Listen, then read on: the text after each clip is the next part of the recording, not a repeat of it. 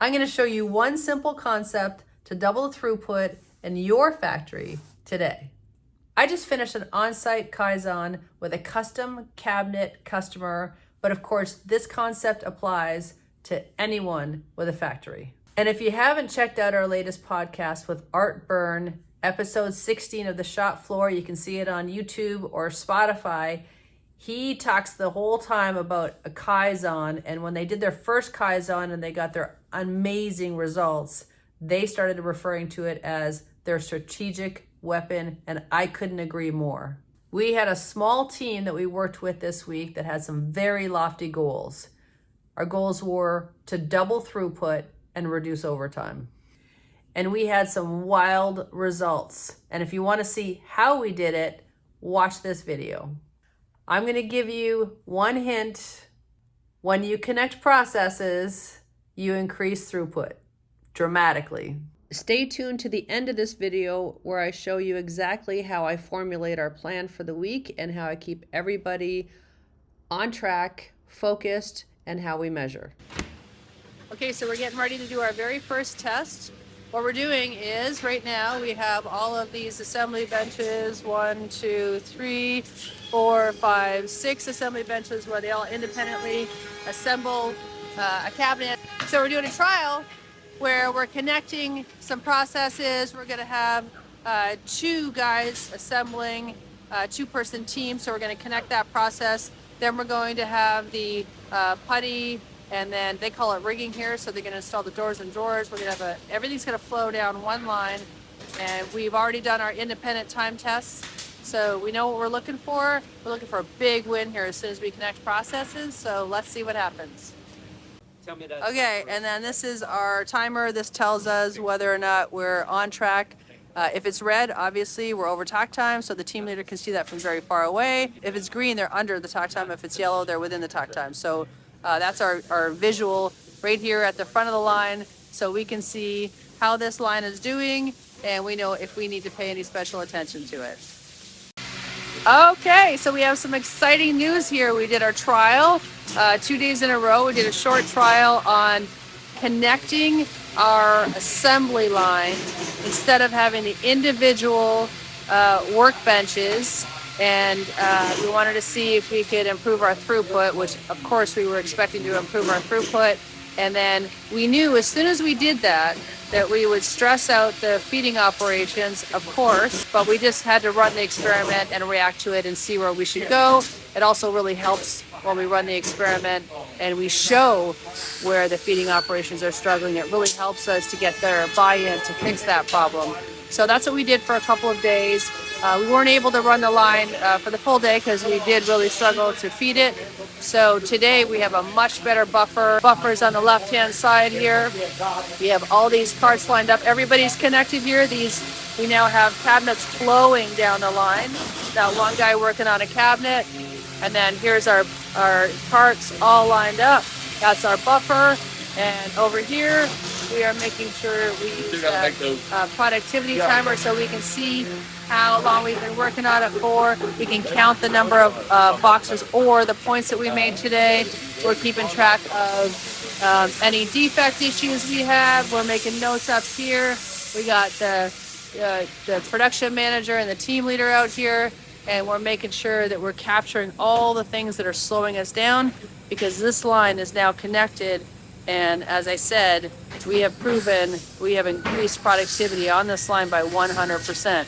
Now the key issue to solve is going to those feeding operations and understanding how to get those buffers set up. We're going to set up a buffer system, a cart buffer system, so that the carts are flowing. The guys, the molder's cutting the right amount of material for the face frames and cutting the right amount of material for the doors so that they don't slow down and run out.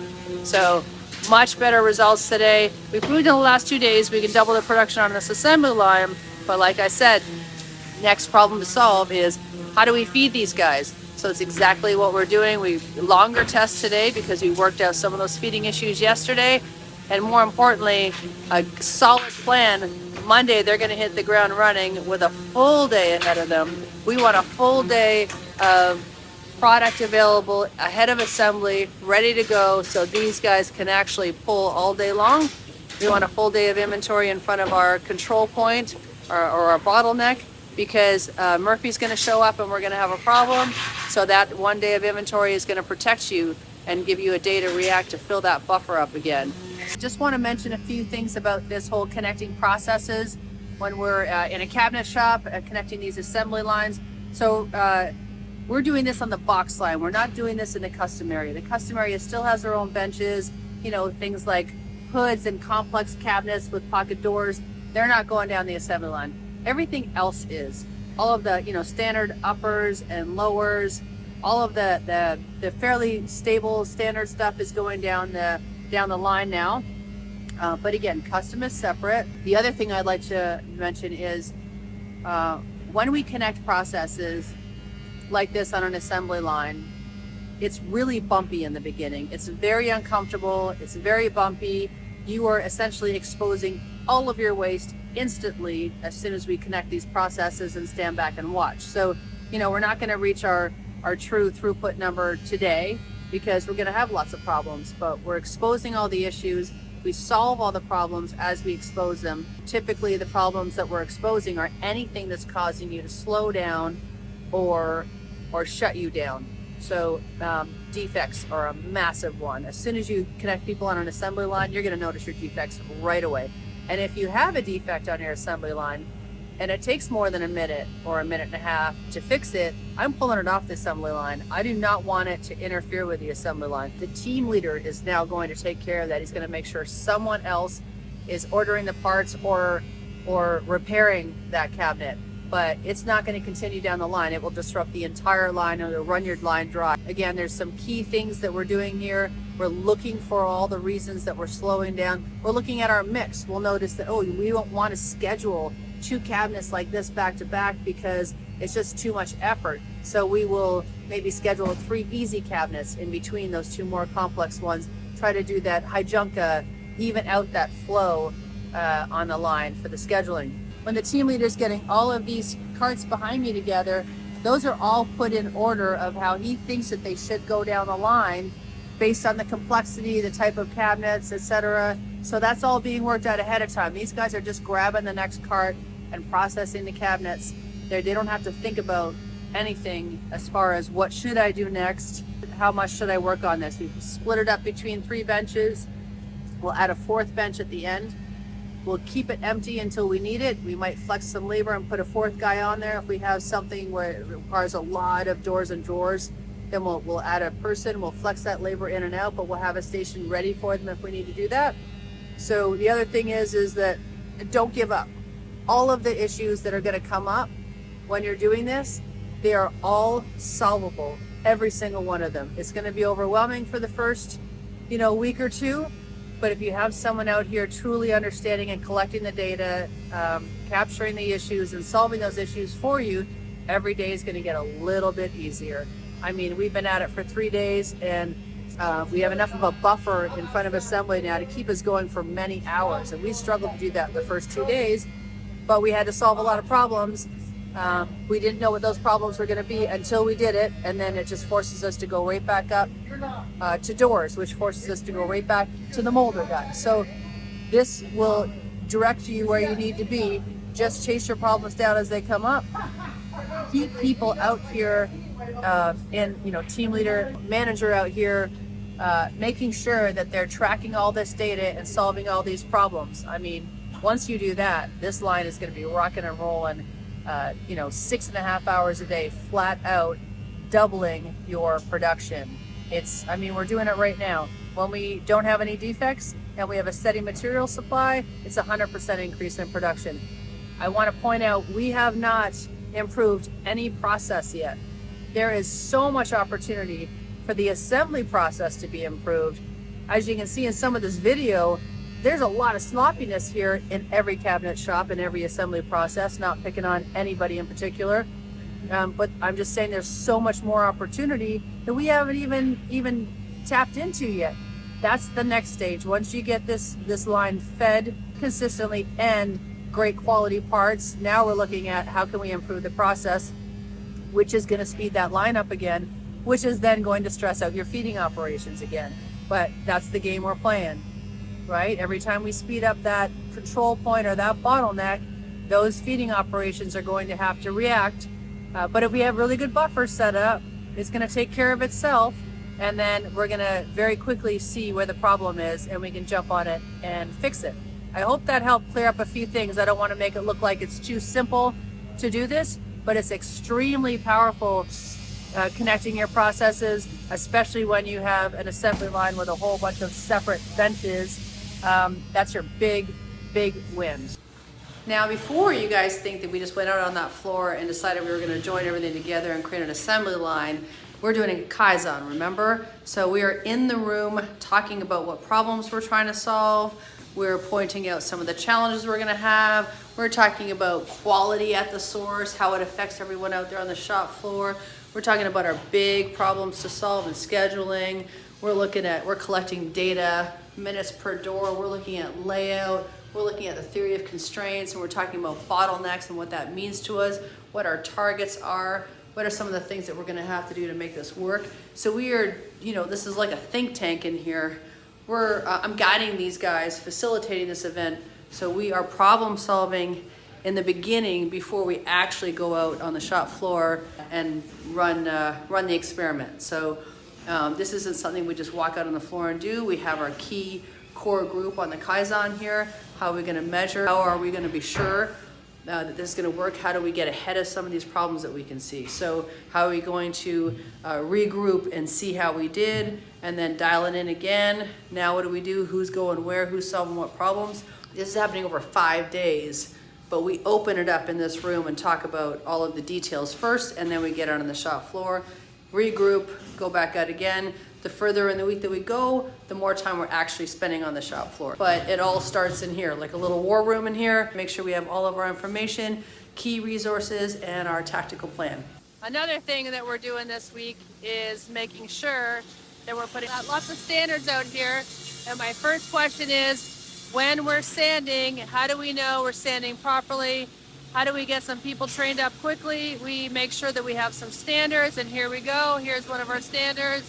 Right there. With Kaizenify, you launch the SOP by scanning that QR code, and then you follow the steps, and then there happens to be a video embedded in this SOP, so that when you get to that point, you watch the video and it shows you the technique of actually sanding that door. All right. What do you think, Thomas? We're wrapping it up. We have our numbers over here. All excited. And what are you excited about? Excited about our improvements in our numbers. Yeah. And our potential is what I'm really excited about. Yeah.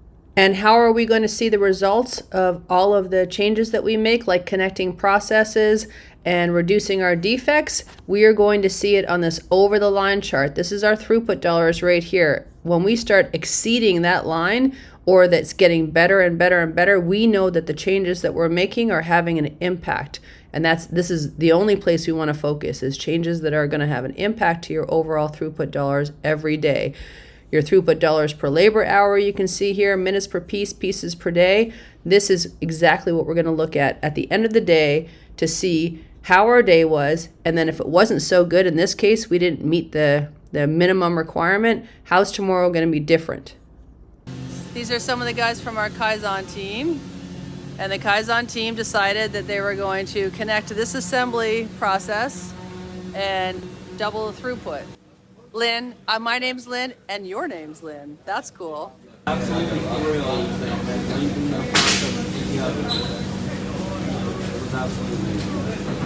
We haven't even touched a process and improved a process yet. Like, it's going to be wild. Thrilled. I'm thrilled too. I was saying that just through this course, we already exposed. You're already exposing issues in the hidden factory that are causing downtime on your assembly line. Only because we connected it as an assembly line, and only because we had a Kaizen to commit the right people on the time to do that. We've also already fixed You fixed problems in the office you didn't know about? problems in the office that they were just fixing out here. Oh, that they were compensating for. Which is long. That's amazing. That's awesome. Started the office. Whenever I host a Kaizen event, I like to formalize it like this, and all of this information is something that we're we're committing to ahead of time. So we have our team defined here. This is all pretend data. This is not the company I was at this week. This is my template charter. So we would have an owner's name in here for as a champion. We're going to escalate to that person when we need them. They are not in the Kaizen typically. It is the team that's solving the problems. And then we have our current state. This is very important. We want our baseline measurables. We want to know how are we doing as we go through this Kaizen. What are we improving?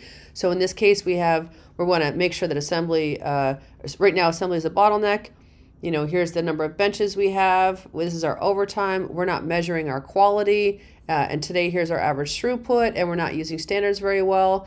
The scope, this is key. We want to make sure we're not going all over the place. We can easily get distracted. We are saying this is just for box assembly. We're not dealing with custom assembly. Voice of the customer, here's some of our issues, long lead times, defects at install, etc. And then our future state. This is the goal for the Kaizen. We want to double our throughput. We want to start measuring quality. We want to reduce our overtime.